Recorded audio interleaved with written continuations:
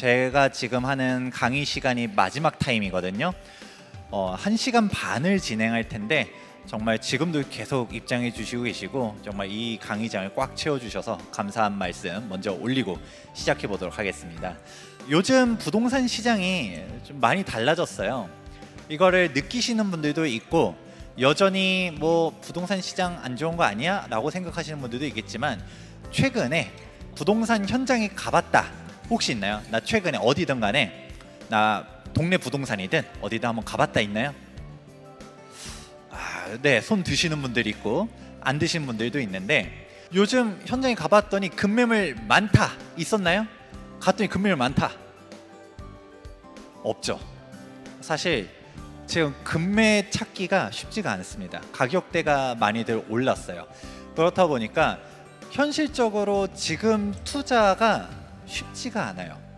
오히려 부동산에 관심이 많았을 때가 작년 말 그리고 올해 초만 하더라도 지금보다도 부동산 심리가 훨씬 더 얼어붙었을 때도 가격이 워낙 싸다 보니까 이 가격에는 사면 괜찮을까라고 하면서 들어갔었다가 지금은 아직 거시경제가 명확하지도 않은 것 같은데 그럼에도 불구하고 우리 강남 같은 경우는 어떤가요? 호가는 거의 전고점 도달한 단지들 많거든요. 아직 제정신 못 차린 것 같아 라고 하시는 분들도 있고 미쳤나? 라고 생각하시는 분들도 있고요. 근데 호가는 호가니까 라고 넘겨짓기에는 실거래가가 80에서 90% 회복한 지역들 정말 많습니다. 지금 내가 사도 되나? 안 되나? 이 가격에 내가 진입하자니 좀 고민이 되게 많은 게 지금 시장이죠. 그렇다 보니까 거래량도 비슷하게 움직입니다. 1월 중순부터 막 치고 올라가다가 5월 달까지만 해도 꽤 많았는데 6월 달 되니까 또 거래량이 조금 빠지는 모습들을 보여주거든요. 지금 이제 부동산 투자를 하시는 분들은 이제 고민들이 좀 많으실 거예요. 내가 지금 어디를 사야 되는가? 그리고 어떤 상품을 사야 되는가? 그리고 오늘 주제가 뭔가요? 재개발과 재건축입니다. 난 재개발, 재건축 투자를 해봤다. 가지고 있다. 나 조합원이다. 네, 안 드신 분들은 여기 왜 오셨어요? 조합원이 되고 싶다. 네, 알겠습니다. 여러분들이 일반적으로 보통 생각하는 부동산 투자는 가장 쉬운 게 뭘까요? 아파트죠. 그냥 아파트를 매수하고 매도하고가 기본적인 부동산 투자인데 여기서 한 발 더 나아가면 재개발과 재건축이 있습니다. 그래서 저희 가족 같은 경우는 재개발, 재건축 투자를 정말 많이 해왔었어요. 그렇다 보니까 저는 재개발, 재건축 투자만큼 쉬운 게 없다라고 생각하거든요. 그러면 이런 얘기들을 하시는 분들이 종종 있어요. 소장님이 재개발, 재건축 전문가니까 쉽다라고 얘기하는 거 아니야? 또 해봤잖아 라고 하는데 저는 기준만 명확하게 있다면 쉽다라고 생각합니다. 재개발, 재건축만큼 우리가 논리적인 기준만 제대로 세웠을 때 돈 쉽게 버는 투자가 없다고 생각해요. 다만 여러분들이 재개발 투자 안 해보신 분들, 아까 조합원분들 손 드세요 라고 했을 때 안 드신 분들이 훨씬 많았거든요. 조합원이 아니셨던 분들은 딱 재개발, 재건축 하면 느끼는 이미지가 뭘까요? 재개발, 재건축이 좋다는 얘기는 많이 듣긴 했는데 오래 걸리고 어렵고 복잡하고 뭐 잘못하면 사고 터지고 이런 거 아니야? 약간 좀 두렵죠? 근데 맞습니다. 어렵고 복잡하고 시간 오래 걸리고 다 맞아요. 그렇다 보니까 아무나 참여를 못하고 그렇다 보니까 일반적인 아파트보다 훨씬 더 싸게 살 수 있는 게 재개발과 재건축입니다. 그런데 이 어렵고 복잡한 부분들을 좀 걷어내면 그러면 여러분들도 그 투자에 대한 과실을 따실 수가 있겠죠. 규제 풀리는 재개발, 재건축 그리고 또 뭐가 중요하냐? 밑에 게 더 중요하죠. 돈 되는 투자처를 찾는 법. 지금 재개발, 재건축을 빼놓고서 부동산 시장을 논하기가 어렵습니다. 그렇다 보니까 그만큼 재개발, 재건축에 관한 관심도가 높은데 여러분들이 풍문으로 들었었던 거 잘못 투자해서 일명 물딱지를 받는다든가 조합에서 사고 터진다든가 나는 한 5년이면 될 줄 알았더니 10년, 15년 걸린다든가 다 어디 현장에서는 있었던 사실일 겁니다. 근데 이러한 부분들을 어느 정도 가려내는 눈이 필요한 것이죠. 저는 오늘 여러분들에게 딱 3가지를 알려드리고 마무리하는 것을 목표로 삼고 있습니다. 우선 첫 번째, 여러분들 중에서 재개발과 재건축을 구별 못 하시는 분들이 있을 수 있어요. 재개발, 재건축 구별 확실하게 해드리겠다. 두 번째, 여러분들이 어디 가서 재개발, 재건축을 실제로 투자하고 싶었을 때 딱 투자할 수 있을 만큼은 알려주겠다. 이 1시간 반 강의만으로 여러분이 재개발, 재건축 전문가가 될 수 있다? 그건 당연히 안 되죠. 입주권만 하더라도 얼마나 복잡한데요. 근데 딱 필요한 선에서는 여러분들이 매수할 수 있을 정도로는 알려드리겠다. 맨 마지막 세 번째, 실제로 제 강의를 듣고 재개발, 재건축 조합원의 꿈을 키우시는 분도 있겠지만 조합원 안 되시는 분들이 태반이겠죠. 그랬을 때도 어디선가 재개발, 재건축 좋다고 하던데 불인이들 앞에서 재개발이 말이지 큰 소리 칠 수 있게 알려드리도록 하겠습니다. 제가 물어보면 거의 99%는 이 정도 선에서는 구별을 하세요. 뭐냐? 재개발은 단독주택, 다세대주택, 다가구주택을 멸시시키고서 신축 아파트를 짓는 것을 재개발, 재건축은 그냥 아파트 멸시시키고서 아파트 새로 짓는 게 재건축 아니야? 이 정도는 구별하십니다. 그런데 우리들이 법을 조금 알 필요가 있어요. 자, 재개발, 재건축의 바이블이 도시 및 주거환경정비법입니다. 일명 도정법인데 이 도정법의 2호를 보게 되면 1조는 목적이고 2조는 정의예요. 근데 이 2조를 보게 되면 재개발과 재건축에 대한 정의가 나와 있어요. 이게 잘 안 보이니까 좀 보기 편하게 정리하는 게 해당 표인데 둘 다 노후 불량 건축물이 밀집해 있다라는 거는 법적으로는 동일해요. 근데 재개발과 재건축의 차이를 가르는 용어, 단어가 있어요. 뭐냐? 정비 기반 시설이 열악한 곳이 재개발, 정비 기반 시설이 양호한 곳은 재건축이라고 정의되어 있죠. 이게 진짜 정비 사업의 핵심 틀입니다. 이거를 이해해야지 앞으로 모든 게 달라져요. 재건축의 대표적인 케이스 한번 가져와 보았습니다. 여러분, 여기 어디죠? 압구정 현대아파트입니다. 자, 압구정 같은 경우는 여러분들 딱 보면 어떤가요? 우리 재건축 투자 관심 있다. 재건축 대장이 어딥니까? 당연히 압구정이죠. 압구정 재건축 완료되면 100억 된다. 뭐 그 이상도 갈 거다. 뭐 평당 2억 3억 시대를 압구정이 열 것이다. 이런 얘기들 많이 하잖아요. 압구정이 지금도 50억씩 해요. 그 30평대가 더 대형 평수는 말할 것도 없죠. 막 70억씩 합니다. 지금 재건축 되기 전인데도 좋은 거 다 알고 있죠. 여기 입지 좋아요, 안 좋아요? 너무 훌륭하죠. 인프라 어때요? 뭐 완벽하죠. 지금 압구정을 딱 끼고서 동호대교, 성수대교 있죠. 3호선인 압구정역과 분당선인 압구정 로데오역 있죠. 압구정 현대백화점, 그리고 갤러리아 백화점 인근에 다 있죠. 이런 완벽한 인프라에 어울리지 않게 너무 오래된 아파트가 있다. 주차가 힘들다. 조금 쾌적하게 살고 싶다. 딱 이런 것만 부족한 거죠. 그게 일단 기본적인 재건축의 개념이에요. 두 번째, 이 지역 어디죠? 여기는 한남뉴타운입니다. 여러분, 한남동 하면 대표적인 부촌 중 하나죠. 근데 우리가 진짜 부촌으로 말하는 한남동은 이태원역 위쪽에 있죠. 한남동, 이태원동 재벌가 회장님들, 단독주택들이 있는데 그 진짜 찐 부자들, 뭐 재벌가 회장님들 막 우리 다 들어보면 알만한 기업 총수들 사는 곳들이 거기 단독주택들이고, 그리고 또 여러분 들어본 데들 한남동이라 하더라도 뭐 나인원 한남, 유엔빌리지 이런 곳들, 뭐 한남더힐 이런 지역들 정말 수십억을 호가하는 곳들이죠. 그런 한남동에 해당 지역은 얼마일까요? 물론 한남뉴타운 지금 되게 비쌉니다. 그런데 여기 전세 가격은 얼마일까요? 1억에서 2억밖에 안 되고요. 그것도 위치 조금 이상한 데는 몇 천만 원짜리 전세도 있어요. 그렇게 비싼 동네에 몇 천만 원짜리 전세가 어디 있어? 라고 생각하시는 여러분들은 직접 가보세요. 참고로 저도 밤에는 못 가요. 무서워서. 농담 반 진담 반으로 얘기하는 것 중 하나가 재개발 지역은 임장하지 말란 얘기 전 합니다. 임장 가면 내가 이런 썩어 빠진 동네를 이 돈 주고 산다고 하면서 사기 싫어져요. 지도만으로 보면 객관적인 정보들만 있죠. 역에서 몇 분, 주변에 학교가 있는지 없는지, 개발 호재가 어떻고, 이 동네가 아파트 달라지면 좋아지겠다. 이것만 그려져야 하는데 막상 현장 가면 느낌 쎄해요. 자동차도 잘 못 들어가는 길들이 있고요. 소방차는 말할 것도 없고, 그리고 이사하려고 하면 리어카 끌고서 짐 날라야 되는 곳들이 있는 게 바로 한남동입니다. 그런 한남동도 있고 저런 한남동도 있고 동시에 존재하는 거죠.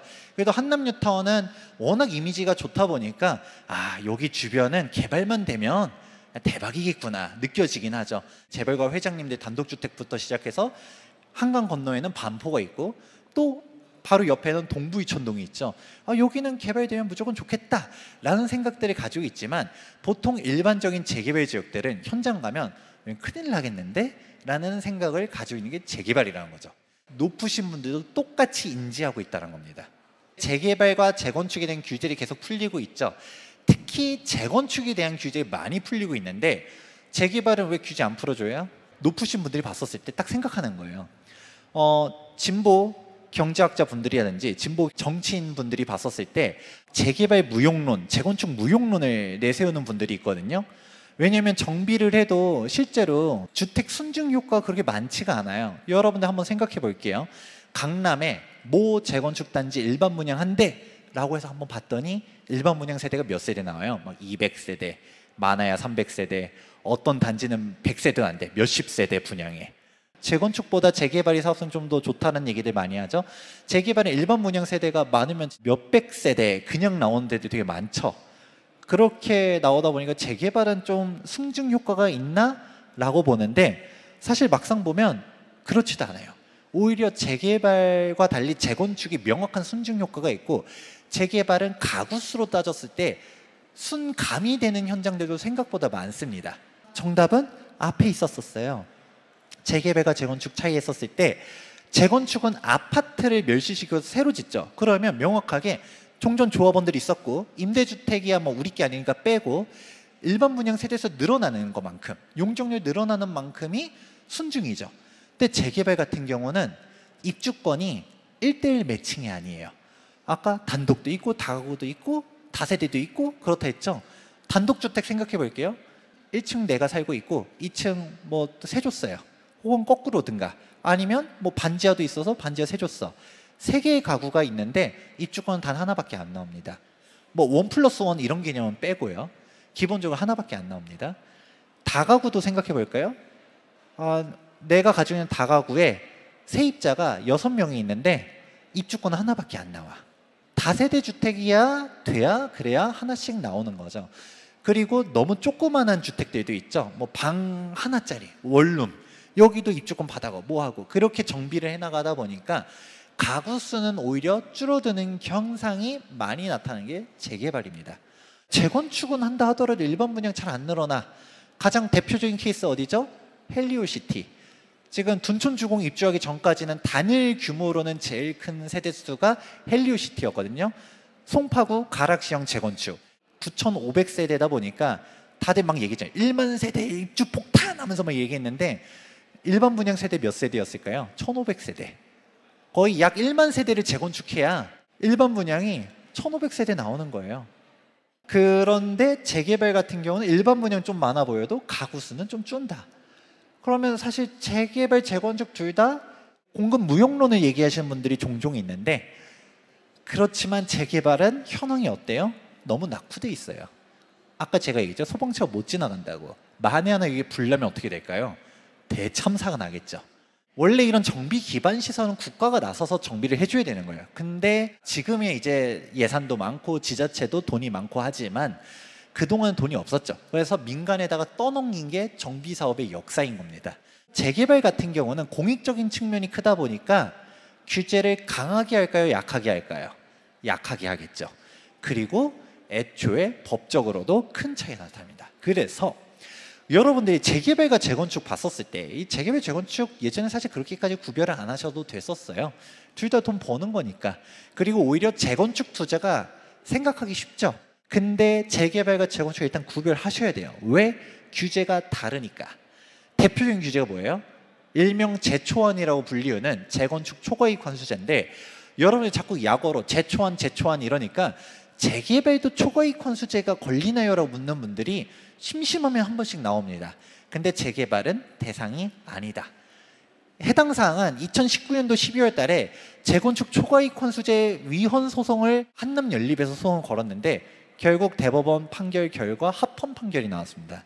그때 한남연립 재건축 법무법인, 그때 법률 대리인 쪽에서 얘기했었던 것 중 하나가 논리 구조가 쭉 여러 개 있었는데 그 중 하나가 재개발과 재건축의 형평성을 걸고 넘어졌어요. 둘 다 정비 사업인데 재개발은 규제를 안 하냐, 이거는 형평성에 맞지 않다. 그랬을 때 헌재에서 뭐라고 했을까요? 재개발과 재건축은 애초에 다른 사업이다. 지금은 도정법에 있지만 연형을 따지다 보면 법의 원형은 달라요. 지금 도정법에 다 묶여 있지만. 그리고 지금 재개발 같은 경우는 제일 다른 부분들 몇 가지가 있어요. 공익적인 측면이 대단히 강조되어 있습니다. 재건축 초과이익 환수제는 재개발은 없다. 그리고 한때 정말 이슈가 됐었던 실거주 요건, 재건축에 2년 실거주 안 하면 입주권 안 주겠다. 이것도 논란 정말 많이 나왔었죠. 결국 국회에서 백지화되긴 했었지만 이것도 재건축만 대상이었었고요. 그리고 여전히 진행되는 것 중에서 유명한 거가 조합원 지휘양도 금지 규정 같은 경우도 재건축은 조합 설립 인가로부터 소유권 이전 등기 시까지, 재개발은 관리처분 인가로부터 소유권 이전 등기 시까지. 재개발이 허들이 살짝 낮죠. 그리고 한 발 더 나가서 재건축은 다 소급 적용했어요. 투기거래지구로 지정되기 전에든 뭐든 언제 조합 설립 인가를 받았든 다 투기거래지구기만 하면 조합 설립 인가 났었다, 뭐 그 전에 났다 하더라도 다 전매 금지에 걸리는데 재개발은 경과 규정을 줬죠. 2021년도 1월 24일 전까지 최초 사업시행 인가 신청한 재개발 지역은 추후 관리처분 인가가 나도 전매 금지에 걸리지 않습니다. 재개발과 재건축에서 차이점 중 하나가 재건축과 다르게 재개발은 강제조합원 제도가 있다는 것도 특이점 중 하나고, 재건축은 조합 설립할 때 찬성 안 하면 현금 청산자로 분류되거든요. 근데 재개발은 조합 설립에 찬성하지 않아도 강제로 조합원으로 편입시켜요. 법이 그렇습니다. 그러다가 나중에 분양 신청 안 하면 현금 청산자가 되는 거고요. 재개발, 재건축 둘 다 관리처분 인가가 나면 둘 다 이제 뭐 재개발, 재건축 8분 능선이라고들 얘기하는데, 관리처분 인가가 났었을 때 재개발과 재건축의 속도 차이가 나는 것 중 하나가, 재건축은 어떤 식으로 움직이냐면 매도 청구 소송을 먼저 간 다음에 이제 명도 소송을 겁니다. 근데 재개발은 뭘까요? 공익사업법을 준용해서 수용을 해버려요. 수용 권한이 조합에 있어요. 사실 어마어마한 권한이거든요. 사유재산권을 가져간다라는 거니까 어마어마한 권한을 주는 게 재개발에도 있죠. 이런 법률적인 차이가 있는 게 재개발과 재건축이다. 근데 왜 그럴까라는 거를 생각해 보면 재개발과 재건축의 높으신 분들의 온도 차이가 이렇게 나오는구나 라는 거를 알아둘 필요가 있죠. 그리고 이 재건축 초과이익 환수제라는 거는 여전히 존재해요. 국회에서 자꾸 재초환을 완화하는 안 가지고 얘기는 하는데, 이 재초환이 저는 솔직히 말하면 이건 재건축하지 말라고 만든 법률입니다. 지금 국토교통부에서 완화안을 내놓긴 했지만 이거 가지고서는 택도 없어요. 안 하는 것보다 낫다 정도지 이것 때문에 재건축할 만하다라고 말하는 조합은 어디에도 없습니다. 약간 느낌이 이런 거죠. 몽둥이로 때리다가 회초리로 때리면 맞을만 한가요? 애초에 내가 왜 맞는지를 모르는 사람들한테 막 때리겠다고, 나 살살 때릴 테니까 괜찮지? 재건축 사업해? 라는 게 말이 될까요? 아니죠. 이 재초안은 저는 개인적으로 이건 폐지를 해야 된다고 보고, 설령 폐지를 못한다라고 하면 진짜 문제점이 되게 많거든요. 합리적으로 대폭 개선을 하든가, 이러도 저도 못하겠으면 유예를 해야 된다고 봅니다. 한시적으로 유예해라. 그러면 그거 맞춰서 빨리빨리 진행할 수도 있겠죠. 제가 그거 얘기 살짝 잘못했네요. 이 조합원 지휘양도 금지 규정 같은 경우는 지금은 사실 대상지가 거의 없습니다. 당구장 표시돼 있죠. 투기거래 지구 대상이에요. 그렇다 보니까 지금 강남 3구랑 용산 제외하고는 다 비조정 대상 지역이죠. 투기거래 지구가 아닙니다. 그러니까 전매 금지에 해당 사항 없다라는 거. 투기거래 지구라 하더라도 재개발이 2018년도 1월 24일 전에 최초 사업 시행인가를 신청한 조합이 대상이다 라는 부분 참고해 보시기 바랍니다. 자, 그리고 사업 진행 단계 얘기해 드릴 건데, 일단 가장 큰 포인트는 정비구역 지정이 첫 번째 포인트, 두 번째는 조합 설립 인가, 세 번째로는 사업 시행 인가, 네 번째가 관리처분 인가입니다. 이거를 길게 설명하진 않겠지만 여러분들이 뭐가 쟁점인지만 이해하셔도 어느 단계에서 들어가야 되는지를 알아볼 수가 있어요. 우선 가장 중요한 거는 정비구역 지정은 내 멋대로 하는 게 아니에요. 주민들의 의지만 있어서 되는 게 아니라 지자체장이 지정을 해줘야 돼요. 그렇다 보니까 아무리 주민 동의가 높다 하더라도 법적 요건을 못 맞춘 곳들은 정비구역 지정 자체가 안 되고, 정비구역 지정해주겠다라고 했어도 정비계획 수립하는데 지금 번호표 뽑고 기다려야 돼요. 다 밀려 있거든요. 그래서 지정이 돼야 출발하기 때문에 이게 가장 스타트, 첫 단추라고 할 수 있고, 조합 설립 인가가 정말 큰 이벤트 중 하나예요. 왜냐하면 이 75% 동의율을 달성하는 게 정말 어렵습니다. 그나마 재건축 같은 경우는 안전진단 때부터니 뭐니 그래도 어느 정도 이해관계가 좀 형성되어 있는 것들도 있고, 주민들이 좀 균질한 사람들이 모여 있잖아요. 그렇다 보니까 찬성 동의율을 모으는 게 생각보다 쉽습니다. 물론 상가조합원들은 항상 말썽이긴 하지만 그래도 상가 문제만 좀 해결을 하면, 진짜 막 떼쓰고 아파트 내놔라 뭐라 이러면 재척을 시켜버린다든가 이래버리면 뭐 갈 수도 있죠. 근데 재개발은 이 75% 동의를 모으는데 정말 오래 걸립니다. 재개발이 뭔지 모르는 할머니 할아버지들 많고, 그리고 애초에 그 동네에 오랫동안 살았던 것 자체가 분담금 3억 4억 낼 돈이 있을까요 없을까요? 그 돈 있으면 거기 안 살았었겠죠. 그렇다 보니까 청사진은 그려줬을 때 동의가 안 되는 사람들이 되게 많아요. 그래서 지금 서울이 추진되고 있는 정비사업들의 90% 이상이 다 2000년대 초반에 정비 지정된 곳들이거든요. 그런 곳들인데 아직도 진행되는 애들이 태반이잖아요. 해당 지역들 조합 설립까지 보면 5년, 10년 그냥 기본적으로 걸리고 15년, 20년 가까이 걸린 조합들도 생각보다 많습니다. 물론 신통이나 모아나 뭐 이런 애들은 동의율을 사전에 모아서만 신청할 수 있도록 돼 있다 보니까 조금 다를 수 있다라고 보는 사람들도 있어요. 근데 75%라는 게 생각보다 그렇게 녹록한 거는 아니다 까지는 이해하시고, 그래서 여러분들 중에서 혹시 내가 재개발에 처음 투자한다 라고 하면 조합 설립 인가 이후로 투자하기를 권해드린다 라는 얘기를 정말 많이 강조드리는데, 만약 여러분들 중에서 조합원분들 계시면 이 말이 무슨 의미인지를 뼈저리게 느끼실 겁니다. 자, 그 다음에 사업시 인가는 어떤 게 쟁점이라고 말하면 각종 인허가를 받는 게 이 사업시 인가예요. 가장 대표적으로 건축심의가 있을 거고, 교통영향평가라든지 환경영향평가, 교육환경영향평가 등등등을 받는 게 이때 받죠. 즉 관청과의 싸움이 있는 데들이 사업시인가, 이 관리처분인가라고 하는 거는 이제 관청이 개입하는 게 아니라 조합원들끼리 파이 나눠먹기라고 저는 표현을 합니다. 이제 감정평가 금액이 나올 거고, 서울시 같은 경우도 시공사 선정 시기를 이제 뭐 조합 설립 인가만 나도 할 수 있도록 바꿨다라고는 하지만, 일단 종전에는 서울 같은 경우 시공사 선정도 이때 했었었죠. 그리고 분양 신청도 이때 하죠. 그리고 분양 신청한다는 얘기는 뭘까요? 견적서가 나온다는 얘기예요. 내 감정평가 금액이 3억인데 조합 분양가가 7억이야. 분담금을 4억이나 내야 되네. 이런 견적서가 나오다 보니까 이때 가서 쌈박질하고 비대위 나타나고 이런 조합들도 많습니다. 그런 우여곡절들을 다 겪고서 관리처분 인가가 나면, 그러니까 재개발 재건축이 8부 능선이라 하죠. 이젠 진짜 사업이 시행되는 거예요. 이주, 철거, 착공, 준공 이런 식으로 가는 게 재개발 재건축의 흐름이다 라는 정도 보시고, 이거 역순으로 보면 몇 년이나 걸릴까가 보여요. 우리가 이주 철거하는데 1년에서 2년 정도 잡습니다. 착공하면 준공까지 2년 반에서 3년 잡아요. 그러면 관리처분 인가만 받았다 하더라도 5년은 잡아야겠죠. 관리처분이 아직 안 났다, 사업시 인가를 막 받았다, 사업시 인가에서 관리처분까지 2년에서 3년 걸리고요. 조합 설립 인가 상태에서 사업시 인가까지 2년에서 3년 정도 걸립니다. 물론 이게 절대적이진 않아요. 1년 만에 빠르게 가는 조합들도 분명 존재하고요. 근데 빨리 가는 조합보다 늦어지는 조합들이 여러분들은 더 많이 보셨을 겁니다. 결국 시간이 곧 돈이에요. 여러분들은 안전한 걸 찾고 싶죠. 금방 입주하고 싶은 걸 찾고 싶죠. 대신 그만큼 비쌉니다. 전 재개발 재건축 투자할 때 라이프 사이클을 고려하라는 얘기 많이 하거든요.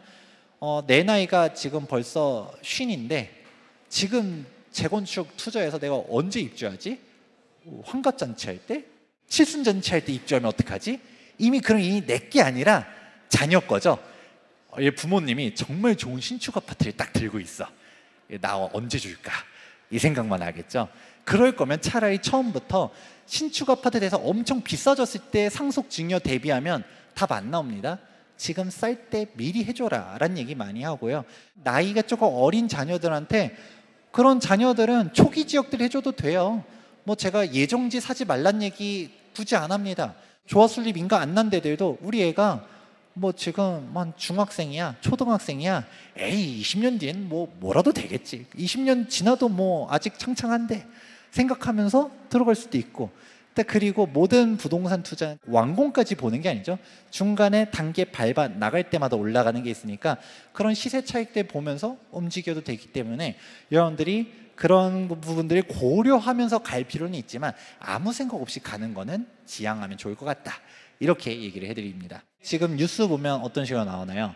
앞으로 이 정비 사업들이 더 좋아질 이슈들이 계속적으로 나오고 있죠. 지금 한국은행 같은 경우는 기준금리를 4연속 동결을 했습니다. 실제로 실거래가들도 막 반등을 하기 시작하는데 가장 늦는다라고 말하는 부동산 원 지표도 지금 다 상승으로 전환되기 시작했죠. 그러면서 이제 아파트 가격대들이 여러분들 올라간다는 거는 현장 가보시면 다들 체감이 되실 거예요. 저는 지표를 딱 한 가지만 보라고 하면 주택가격 전망 CSI를 얘기합니다. 이게 소비자 동향지수인데 생각보다 진짜 잘 맞아요. 보면 올라갈 때 올라갔고 떨어질 때 떨어지고 이게 대책별로 눈에 띄게 보여집니다. 가장 최근 것만 놓고 볼게요. 미국이 금리 급격하게 작년 하반기에 올리면서 심리가 확 꺾였죠. 꺾여서 바닥을 뚫고 내려갔는데 이게 100 기준으로 이하면 부정응답이 많은 거고 이상이면 긍정응답이 많은 거예요. 근데 이게 정확하게 2022년도 11월, 12월에 바닥을 찍고서 계속 올라갑니다. 가장 마지막 통계 지표가 6월 달까지 찍게 되는데 6월 달이 정확하게 딱 100을 찍었어요. 여러분들 지금 늦었다라고 하는데 아직 늦지 않은 거예요. 절반은 부동산 가격 떨어질 것 같은 데라고 생각하고 있고 절반은 괜찮은 데라고 생각하고 있는 거예요. 지금이 딱 그 경계점에 있는 건 거죠. 생각하기에 따라서 투자를 결정할 수도 있고 안 할 수도 있겠지만 이 통계 지표 계속적으로 보시면서 부동산 시장 가격대를 어떻게 움직이는지 보면 좋을 것 같아요. 저는 어디 가면 이제 뭐 부동산 전문가라는 타이틀 너무 무겁고 재개발 재건축 전문가 혹은 실전 투자자라는 얘기합니다. 저희 가족들은 부동산 많이 가지고 있다는 얘기했잖아요. 저번 하락장에서 하나도 안 팔았어요. 하나도 안 팔고 다 들고 있고 오히려 1월 초에 2개를 더 샀습니다. 1월 초에 샀었을 때 이게 바닥이라는 확신이 있어서 샀다기보다는 이 가격이면 너무 싸다 해서 잡았는데 사고 보니까 그게 바닥이었죠. 지금 장난 아니게 또 올라가고 있잖아요. 이런 투자를 쉽게 결정할 수 있는 이유가 뭘까요? 저는 아파트 투자 안 해요. 아파트, 재개발 재건축 완성돼서 아파트로 들고 있는 것들은 있지만 다 정비사업 투자들만 합니다. 정비사업 투자는 정말 쉬워요. 왜? 사이클을 보고 가는 게 아니거든요. 재개발 재건축은 시장이 안 좋을 때는 더 빨리 더 많이 빠져요. 왜냐? 우리가 일반적인 아파트들은 실거주 효과라도 있는데 전세를 줄 수도 있고 월세를 받을 수 있고 근데 재개발 재건축은 실거주 가치가 매우 떨어지죠. 아까 한남뉴턴 얘기했잖아요. 매매 금액이 20억이 넘어가는데 전세가 1, 2억밖에 안 해. 그 명확한 투자 상품이거든요. 그렇다 보니까 시장이 더 흔들립니다. 그러한 사이클 말고 결국 길게 보았었을 때 여러분들이 예를 들어서 13억짜리 아파트를 샀어요. 13억짜리 아파트를 샀는데 10년이 지나가도 13억이라고 하면 살까요? 안 사죠. 세금만 더 내니까. 그냥 월세 낼 바에 라고 생각할 수도 있겠지만 기본적으로 투자로서는 썩 훌륭하진 않죠. 근데 재개발은 다릅니다. 재건축도 그렇고 자, 내가 8억짜리 아파트를 산 게 아니라 매매 금액은 5억이고 분당 금액이 3억. 그래서 이 분담금도 결국 나중에 입주할 때 내겠지만 총매가가 8억짜리를 샀다고 쳐볼게요. 10년이 지나가요. 그러면 인근 신축 아파트 시세 따라가겠네. 5억은 명확하게 벌겠네. 이게 안전마진이죠. 이렇게 안전마진 얘기를 하게 됐을 때 여러분들이 기준은 명확하게 잡아야 됩니다. 무슨 기준을 잡아야 되느냐? 안전마진이라는 게 솔직히 100% 안전한 게 어디 있어요? 여러분들이 리스크 있는 거를 걸러 나가야 됩니다. 안전한 상품들을 투자해야 되는 것이죠. 여러분들이 공부가 좀 되면 이것만큼 확실한 투자가 없다라는 것을 알 수가 있습니다. 그리고 이러한 효과는 생각보다 재건축보다 재개발에서 좀 더 다이나믹하게 나타나요. 인근 신축 아파트 시세 보면서 딱 그 가격만 쫓아갈까요? 더 올라가죠. 내가 신축 대장이 될 거니까. 자, 한번 지도 볼게요. 마포 대장 하면 우리가 보통 마포, 레미안, 푸르지오, 일명 마레프 얘기들을 많이들 하는데 마레프도 10년 차입니다. 그 어디가 나와요? 신촌 그랑제이 아니면 마프자, 마포 프레스티지 자이, 얘네들이 더 비싸잖아요. 아현동, 지금이야 이제 마포구 아현동 정말 좋지만 20년 전에 빌라촌들, 여러분들 여전히 마포구의 옛날을 체감해 볼 수 있는 데도 있어요. 막 대흥 5구역이라든지 노고산이라든지 아현 1구역이라든지 여기 가보면 험난합니다. 근데 그래도 거기는 좀 그려지죠. 왜? 아, 마포 여기 가격대가 워낙 잘 잡혀 있으니까 여기 정비돼서 신축 들어오면 비싸지겠지. 제가 옥수동에서 살고 있거든요. 근데 이 옥수동이 저희 부모님이 조합원이었어요. 옥수 13구역 대의원 활동하셨었는데, 근데 이 옥수 13구역이 진짜 험난한 동네였죠. 옥수동 하면 지금이야 성동구 대장 이렇게 얘기하지만 10년 전, 20년 전 하면 대표적인 산동네, 달동네의 상징이 옥수동이었죠. 그래서 제가 재개발 임장하지 말란 얘기를 하는 게, 가면 이거 어떻게 올라가, 등산하다 죽겠네 이러면서 포기하죠. 근데 정비된 이후를 보는 겁니다. 그러니까 이제 3호선 바로 압구정 한 번에 가죠. 동호대교 건너서 바로 압구정. 여기 위치가 정말 훌륭하다는 게 그려집니다. 이제는 그때 왜 우리 부모님은 옥수동을 안 샀었을까 이런 생각들을 할 수 있을 텐데 아직 늦지 않았다는 얘기를 합니다. 장의동 보면, 장의동 하면 느낌이 갑자기 확 떨어지죠. 아까 뭐 아현, 옥수 얘기하다가 장의 하면 장의 좀 쎄한데, 성북구랑 강북구 구별 못하면 성북구 주민들이 매우 화냅니다. 강북구는 노도강의 강이고 야 성북구는 다르다 이렇게 얘기를 하시죠.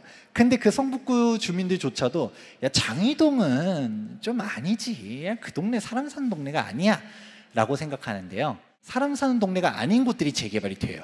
우리 성북구 대장은 기름뉴타운이 있죠. 근데 이 기름뉴타운도 20년 전에는 썩 훌륭하진 않았죠.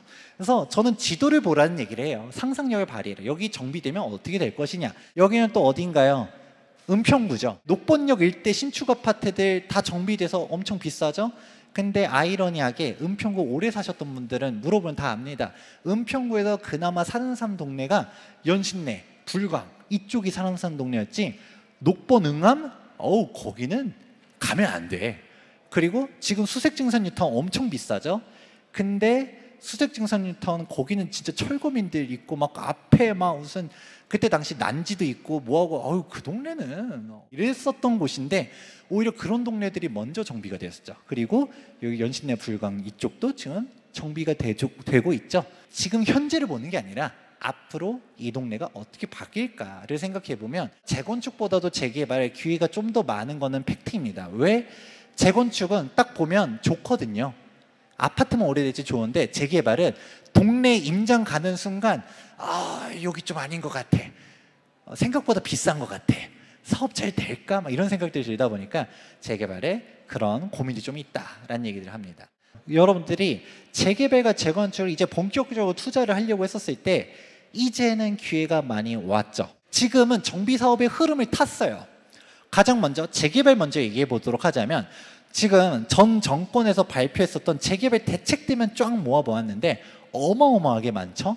재건축을 옥죄할 때도 재개발들은 그래도 뭐라도 조금씩 풀어줬었어요. 이 재개발 지역 규제 완화 중에 제일 이제 눈에 띄었던 것 중 하나가 일명 오세훈 시장 발 신속통합기획, 재개발 신통기획이 처음에 나왔죠. 처음엔 공공기획으로 출발했다가 공공자 이미지가 너무 안 좋다 해서 신통으로 바꿨어요. 자, 이 신통기획 발표되면서 이제 민간 재개발의 시대가 열렸죠. 그래서 2021년도에도 신통기획 선정을 했죠.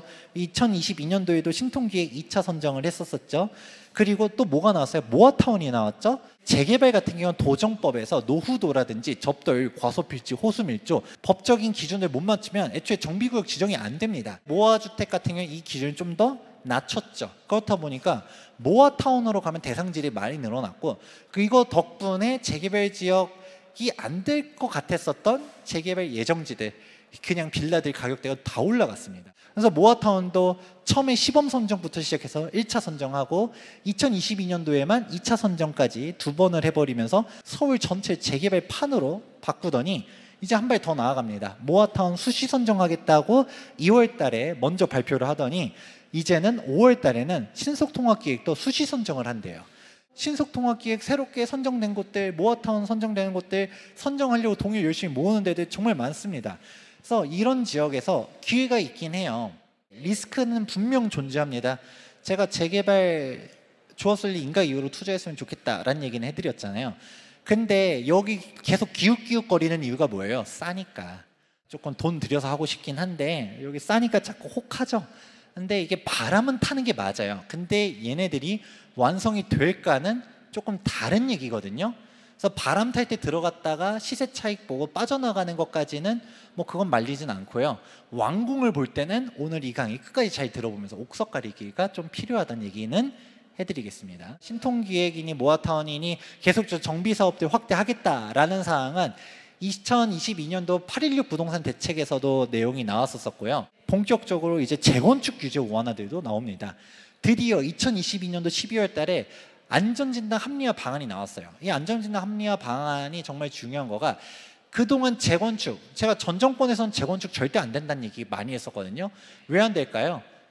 안전진단부터가 통과가 안 돼요. 아무리 오래되고 녹물 나오고 뭐 무너질 것 같아도 안전진단 통과를 안 해주는데 어떻게 해요? 근데 이 안전진단 이제 통과시켜 주겠다는 얘기가 나왔죠.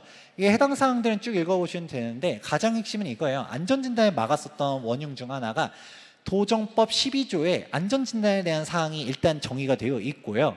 근데 이 안전진단을 할 수 있는 업체가 한국건설기술연구원, 국토안전, 안전진단 전문기관 이렇게 세 곳이 시행령에 정의가 되는데 이 안전진단 전문기관은 그냥 민간업체가 선정 요건 맞춘 민간업체들을 안전진단 전문기관이 합니다. 그러니까 1차 안전진단은 통과된 데들 많지만 2차만 가면 줄줄이 떨어졌죠. 그 이유가 이 도정법 13조를 만들어서 그 이후로부터입니다. 이 도정법 13조가 2018년도에 생겼는데 이때 이 도정법 13조를 만들어서 2차 안전진단 받아라. 국토안전관리원, 한국건설기술연구원 이 두 곳에서만 하도록 만들어버렸다 보니까 2차만 가면 줄줄이 떨어졌죠. 그런데 이 안전진단이 이제는 유명무실화 됐다. 이 빨간색이 바뀌었거든요. 국토교통부 고시를 금방 바꿀 수 있을 거라고 봤었고 실제로 이 빨간색 상이 아래와 같이 바뀌었는데 핵심만 읽어드리자면 이 안전진단 1차 안전진단 받았을 때 시도지사가 필요한 경우에 적정성 검토를 위리할 수 있다고 됐어요. 즉 지자체장의 선택사항으로 바뀐 것이죠. 더 높으신 분들은 조금 고민할 수도 있어요. 국토교통부 장관이라든가 아니면 더 위에 높은 분들은 그럴 수 있는데 지자체장들은 유권자가 주민들이잖아요. 이거 받으라고 하기가 어렵겠죠. 그래서 실제로 그 이후로 이제 안전진단이 줄줄이 통과가 됩니다. 목동 그렇게 안 되다가 다 통과됐고 올림픽 3대장의 마지막 아시아 선수촌까지 다 안전진단을 통과해 버립니다. 이제 안전진단은 더 이상 쟁점이 아니에요. 재건축들 쭉쭉 가다 보니까 이제 여러분 안전진단에 대한 개념을 다시 이해해 보시는 거죠. 그동안 안전진단 어땠었나요? A, B, C 등급은 재건축 불허, D 등급은 조건부 통과죠. 그래서 2차 안전진단을 받아야 됐고 2등급은 즉시 재건축인데 솔직히 2는 잘 안 나왔습니다. D 등급이 대부분 나왔는데 이제는 D만 나와도 재건축 바로 가능하다라는 거를 알아두시면 좋을 것 같고요. 안전진단 가중치도 좀 더 낮춰줬었죠. 이렇게 재건축에 대한 규제들 계속 풀어줬고 노후계획도시 특별법도 나왔었죠. 근데 이 노후계획도시 특별법은 좋은 점들은 많아요. 용적률 인센티브를 주고 재건축 안전진단도 면제 혹은 완화해 준다는 사항도 있고 절차 간소화해 주고 지원 사업들 많은데 1기 신도시 특별법에서 노후계획도시 특별법으로 바뀌면서 가장 수혜지는 사실 1기 신도시도 1기 신도시지만 서울에 있는 대규모 택지들이에요. 이게 쫙 리스트들인데 해당 리스트들 보다 보면 서울에 있는 정비사업들 봤을 때 조금 애매하다 싶었었지만 여기 대상된다라고 하면 사업 잘 갈 곳들 생각보다 많거든요. 1기 신도시보다도 인서울하는 것도 여기도 포인트일 수는 있다라는 얘기 해드리고요. 자, 그럼 가장 중요한 건 뭘까요? 옥석을 가리려고 하면 딱 세 가지를 얘기합니다. 첫 번째, 사업성. 두 번째, 입지. 마지막으로 분담금 납부 능력을 얘기해 드리는데 사업성은 일단 여러분들 많이 들어보실 겁니다. 뭐 대지지분 높아야 된다. 용적률이 높아야지 재개발 혹은 재건축을 추진할 수 있다. 이 용적률은 대지지분 대비 연면적에 대한 비율인데 가장 심플하게 얘기하면 현재 용적률은 낮을수록 좋고 미래 받을 용적률은 높을수록 좋아요. 그래야지 내가 그만큼 늘어난 용적률에서 일반 분양 많이 하겠죠. 근데 사업성이 좋아야지만 갈까요? 그건 아니에요. 아까 재개발과 재건축 얘기했었을 때 재개발이 일반 분양 세대에 많다는 얘기했잖아요. 그럼 재건축은 사업성 안 좋은가요? 아까 막 강남의 재건축 일반 분양 몇십 세대짜리도 있다는 얘기했잖아요. 안 가나요? 가요. 왜? 일반 분양을 100세대를 하든 200세대를 하든 그 똑같은 한 세대를 분양해도 얼마에 분양하느냐가 다르죠. 그리고 재건축이 완료되었을 때 신축 아파트에 대한 가치가 다르죠. 강북에서 여기 재건축 완료돼서 15억짜리 아파트 되겠다 싶은 거랑 강남에서 재건축 완료되면 30억, 40억 되겠다랑 아예 다르죠. 입지도 되게 중요해요. 이거는 모든 사항들이 관통해요. 그래서 나중에 얘기하겠지만 신통기획이나 모아타운이나 사업성 떨어지는 데들 생각보다 많습니다. 그런데 입지가 진짜 좋으면 분당 금액이 높아도 어떻게든 갈 가능성이 매우 높습니다. 근데 입지가 좋으면 분당을 대부분 감안하겠지만 근데 입지도 좀 애매해. 사업성도 애매해. 그러면 뭘 봐야 돼요? 마지막에. 그래도 어떻게든 가는 거는 주민들이 돈 낼 수 있다라고 하면 사업은 가요. 왜냐면 뭐가 됐던 간에 정비가 완료되면 좋아지는 거는 팩트니까. 분담금을 우리가 한 3억 정도까지는 예상했는데 막 5억 내래 6억 내래 그러면 이제 고민을 하는 거죠. 우리 동네가 6억씩 태울 만한 가치가 있느냐. 없다라고 생각하면 좌초되는 거고요. 괜찮으면 가는 거고요. 대표적인 케이스가 어디일까요? 1대1 재건축의 대표적인 곳이 동부이청동의 레미안 첼리투스죠. 당시 분당 금액을 5억 4천 정도를 낸 걸로 기억합니다. 그 시절에 5억을 낸 거, 그 돈이었으면 강북의 아파트 그냥 살 수 있었을 돈을 분당으로 낸 거죠.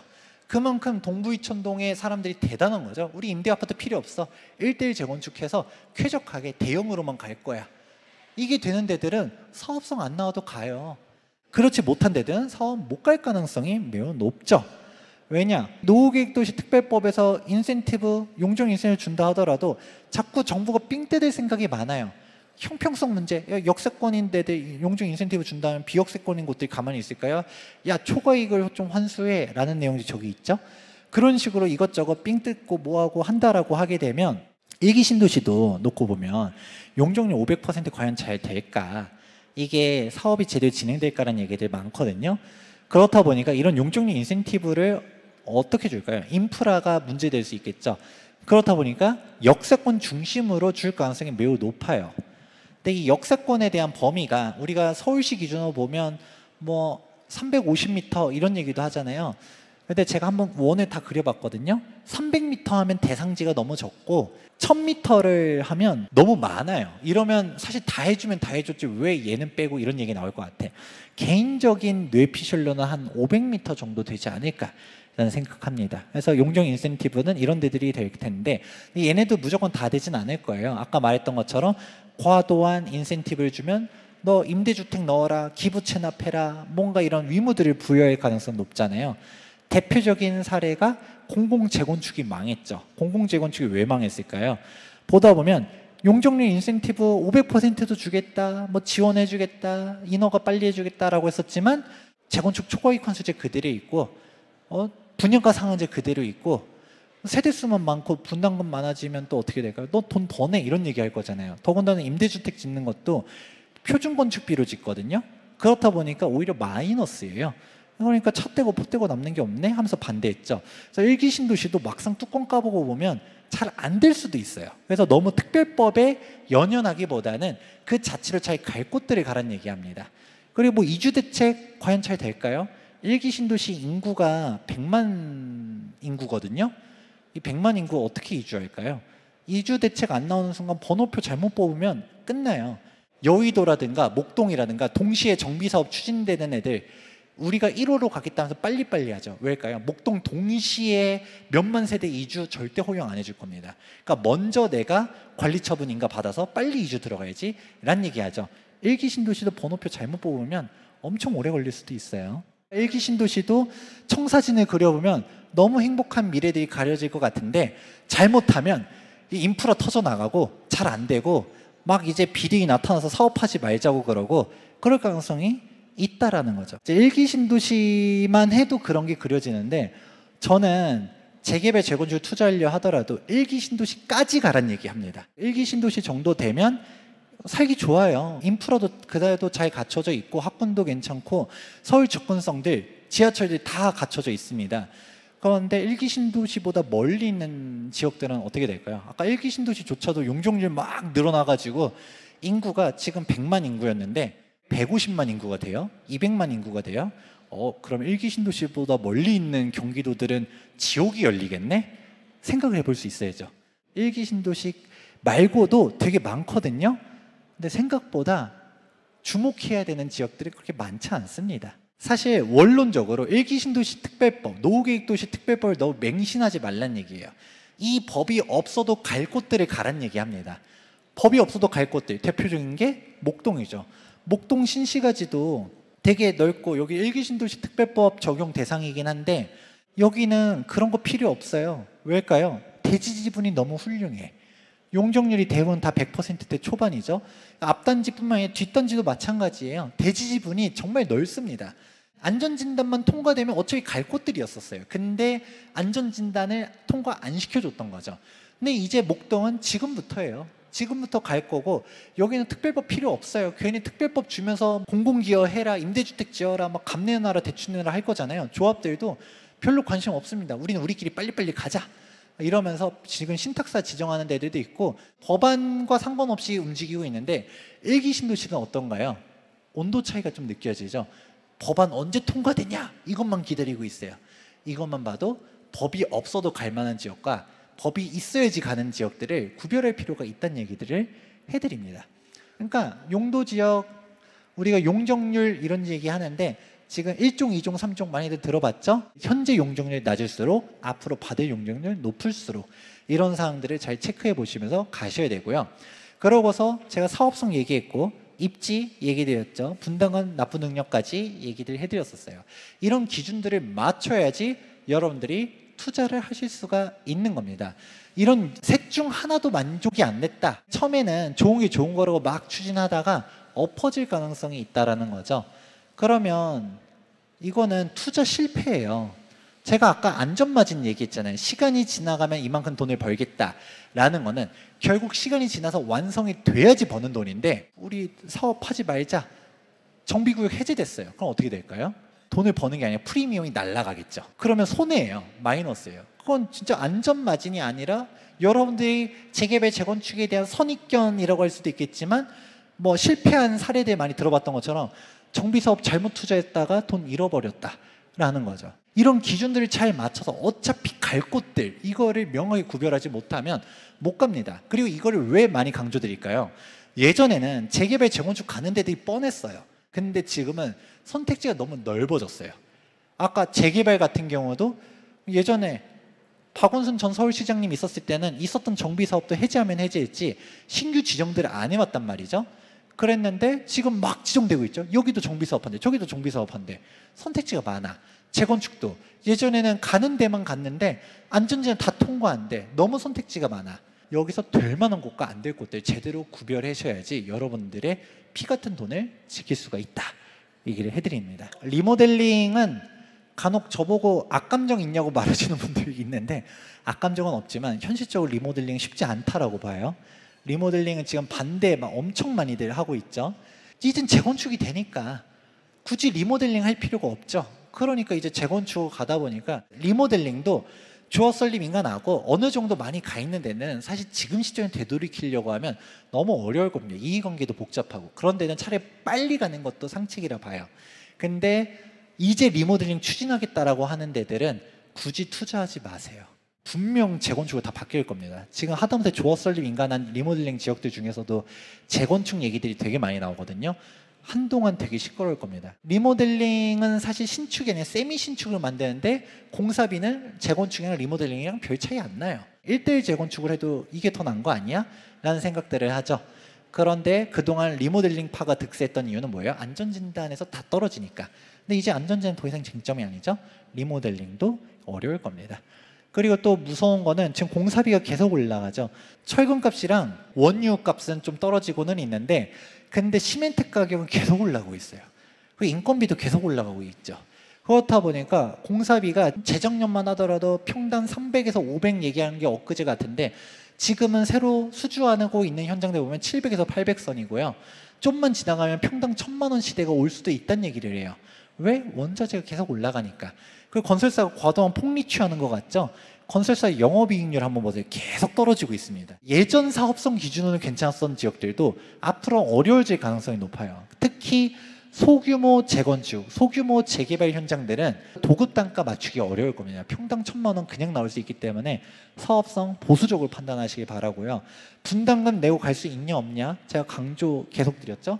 이걸 판단해 보셔야 됩니다. 그리고 예전과 다르게 시간만 끌려서 되는 게 아니에요. 도시및 주거환경정비법 20조를 보게 되면 일몰제에 대한 규정이 있어요. 가장 간단하게는 정비구역 지정으로부터 2년 내 추진위원회 승인 신청 안 하면 일몰, 추진위원회 설립으로부터 2년 내 조합 설립 인가 신청 안 하면 일몰, 그리고 조합이 설립되고서 3년 내 사업시 인가 신청 안 하면 일몰됩니다. 일몰이라는 의미가 뭐죠?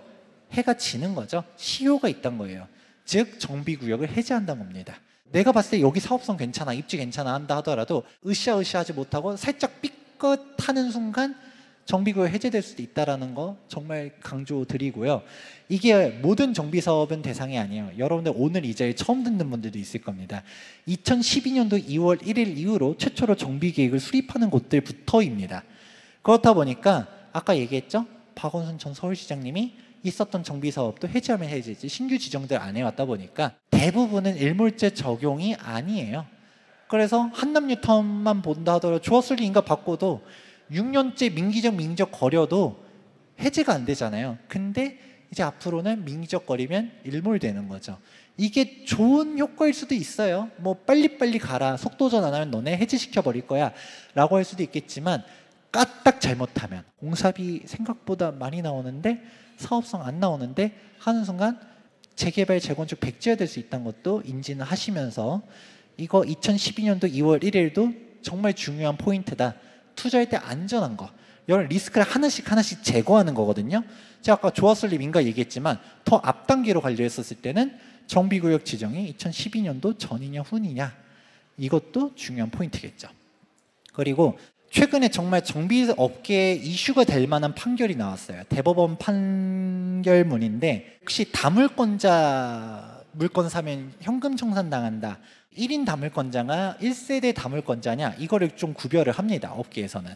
결론부터 얘기했을 때 1세대 다물권자도 입주권 하나밖에 안 준다라는 판결이 이번에 나왔어요. 모르는 사람들이 태반이에요.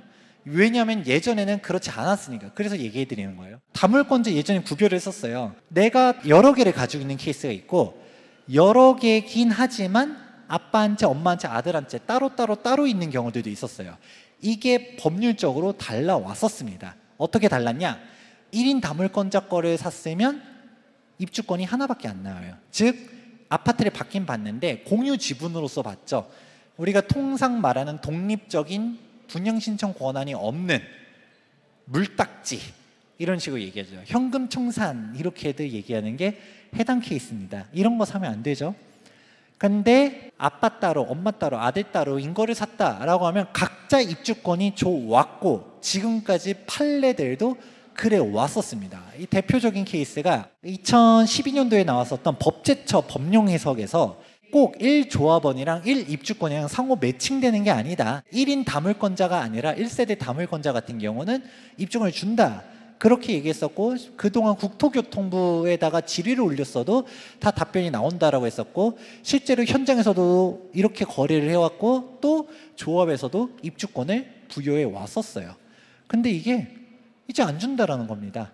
1세대 다물권자 물건도 이제 앞으로 사게 되면 입주권 하나밖에 안 준대요. 아니 이렇게 한순간에 뒤집어 버리는 게 어디 있어요 하면서 변호사님들한테 몇 분 전화를 했거든요. 근데 일단 대법원 판례가 이렇게 나온 이상 앞으로는 이렇게 갈 거래요.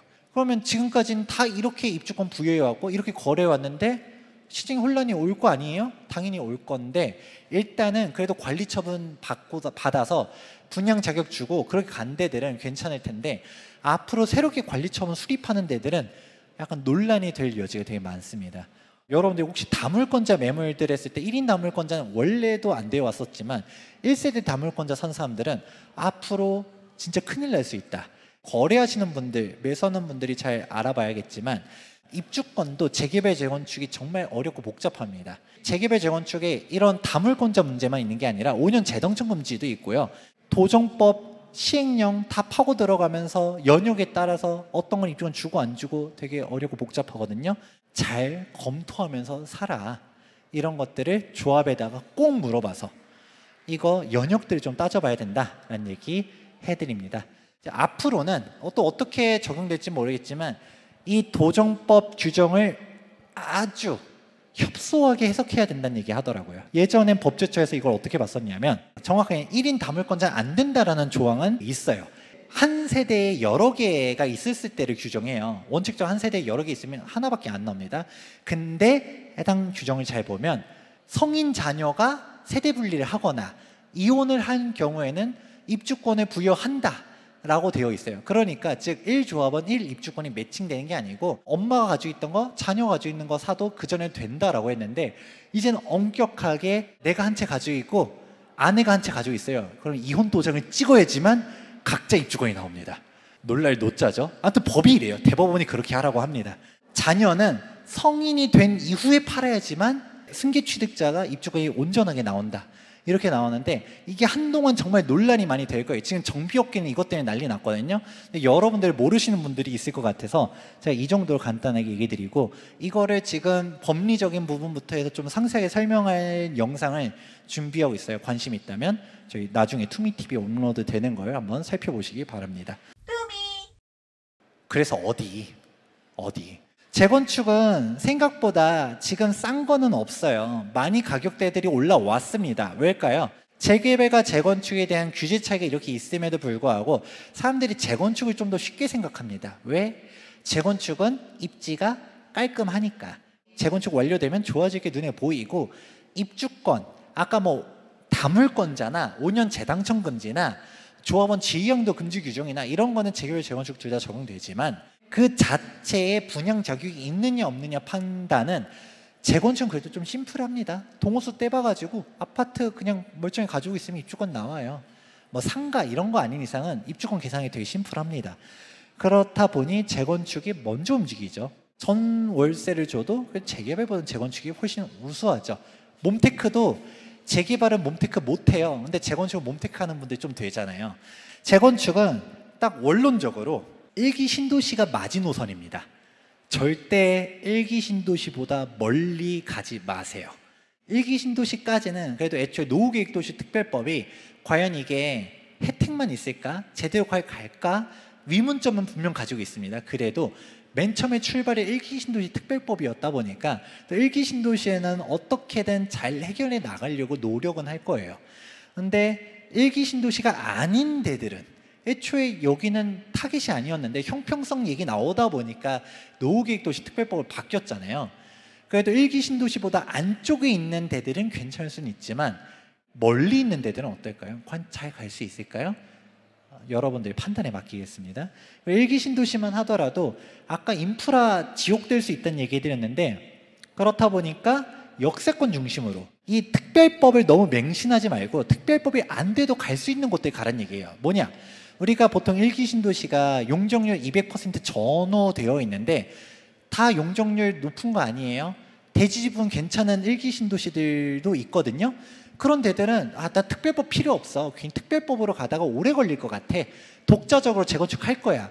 이런 데들이 빨리 갈 수도 있어요. 아까 이주대책, 이주대란 나올 바에 우리는 그냥 먼저 갈래 하는 데들도 있고 용적률이 조금 안 좋아도 역세권 중심적으로 할 가능성이 높기 때문에 이렇게 뭐 평촌, 분당, 일산, 삼본, 중동 다 똑같습니다. 역세권 중심적으로 보실 필요가 있다 얘기해드리고요.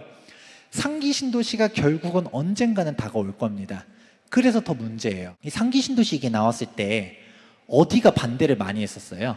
2기 신도시들이 다 들고 일어났죠. 왜일까요?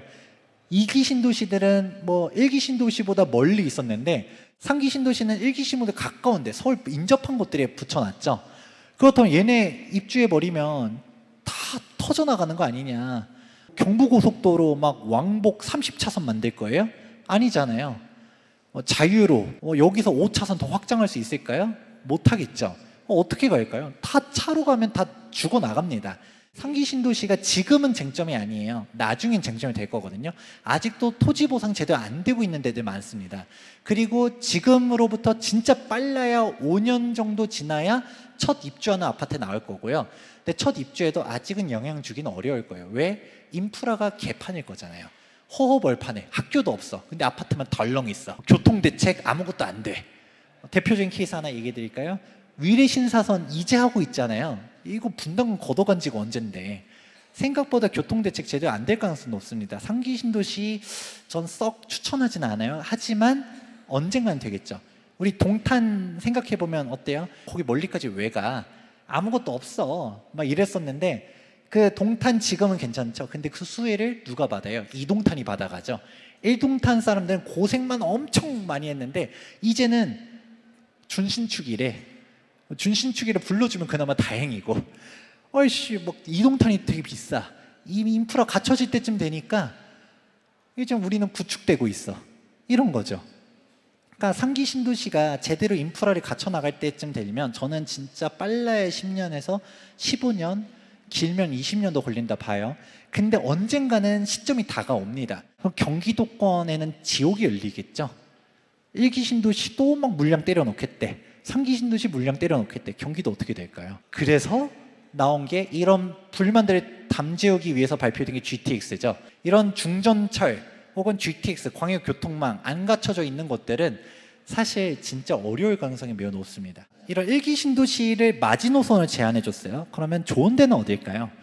전 사실 서울시가 찍어줬다고 생각합니다. 어디를? 토지거래 허가구역을 통해서. 토지거래 허가구역은 정말 말도 많고 탈도 많고 사유재산권 침해 소지가 정말 많은 게 토지거래 허가구역이에요. 전 정권의 주택거래 허가구역 말이 나왔었거든요. 그러다가 깨깅했어요. 국민들의 반대가 어마어마하게 커서 사유재산권 침해다 이랬는데, 그러니까 편법으로 돌린 거죠.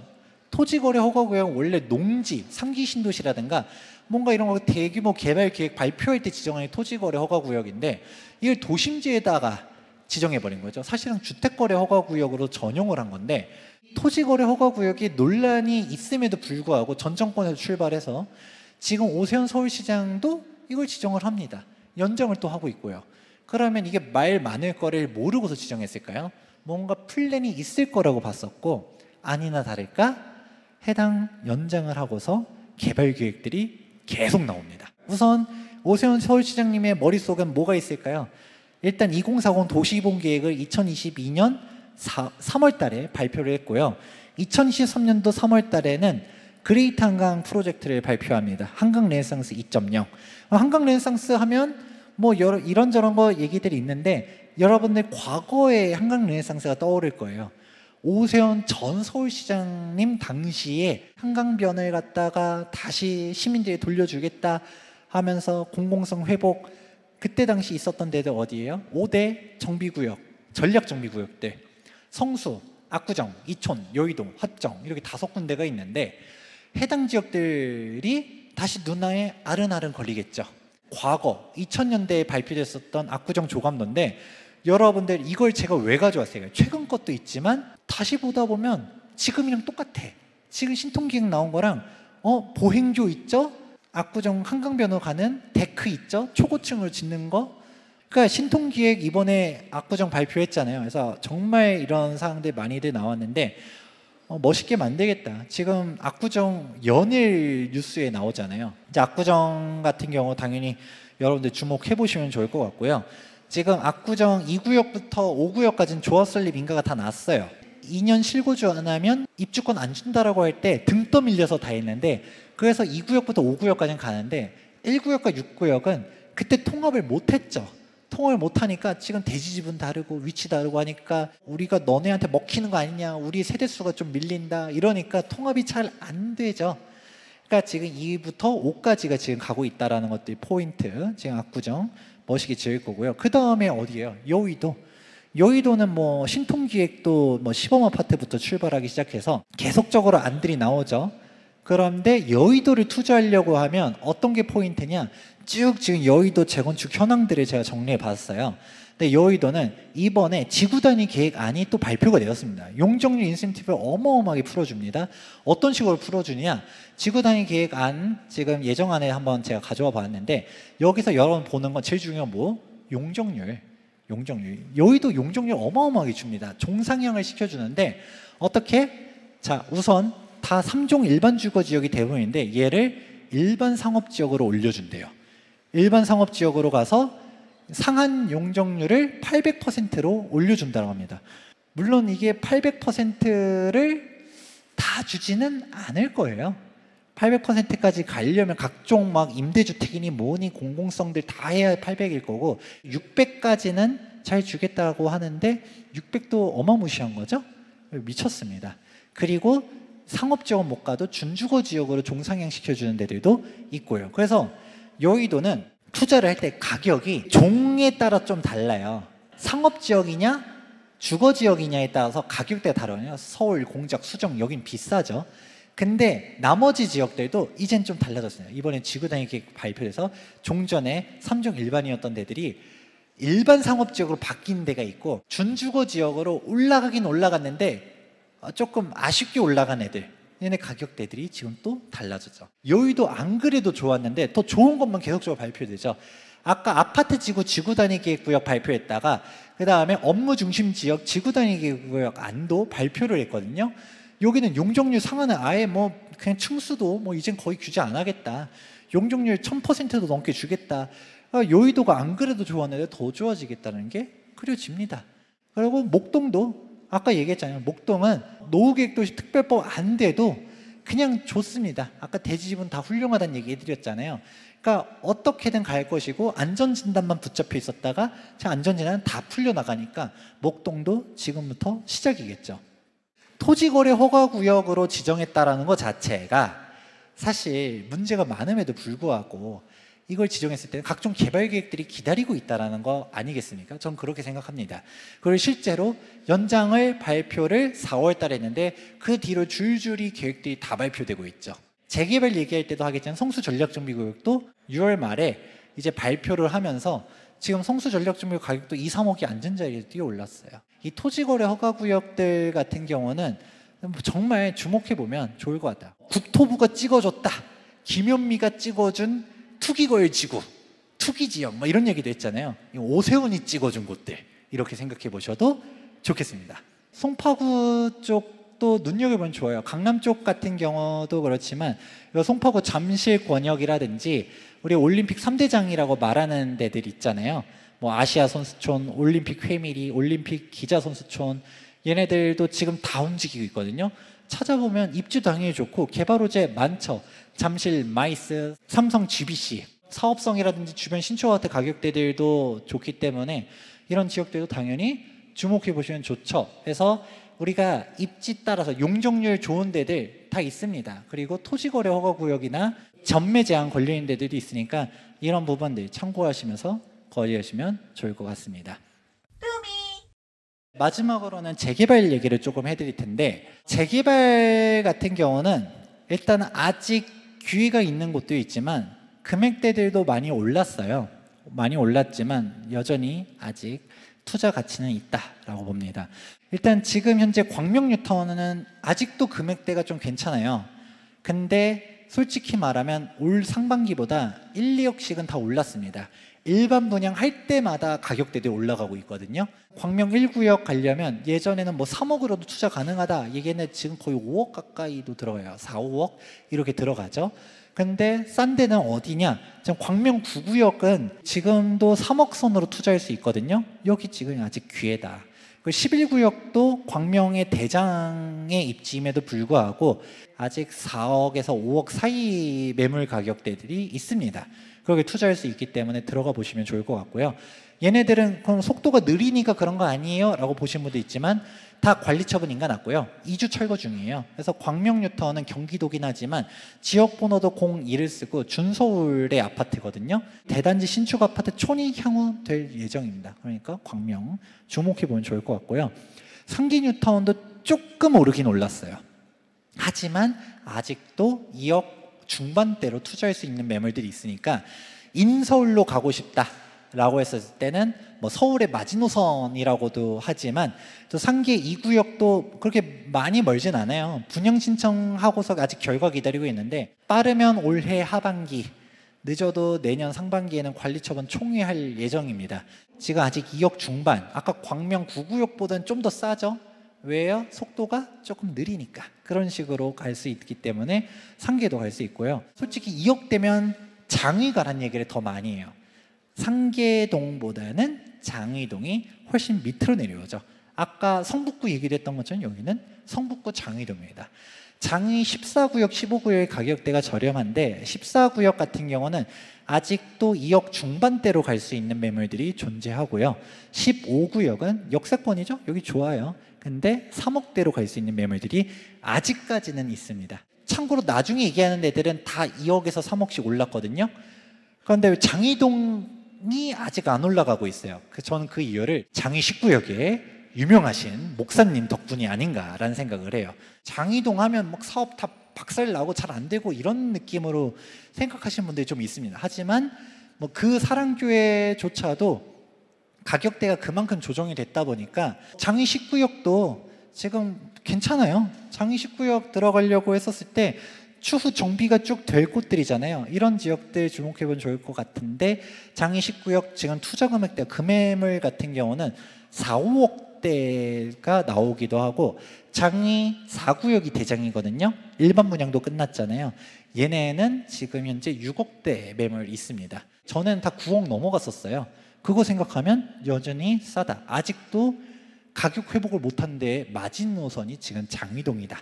지금 은평구 재개발, 갈현, 대조, 불강 얘네들도 다 1, 2억씩 가격 회복했거든요. 14구역이 제일 싼데 싼 데는 이유가 있는 거 아니에요? 라고 말하는데 제가 싼 거와 저평가는 구별해야 되거든요.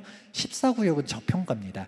여기서 좀 멀다 하더라도 나중에 동북성 경전철 뚫리면 정말 좋아질 곳이기 때문에 삽을 떠야 호재인데 동북성 경전철은 공사 중에 있죠.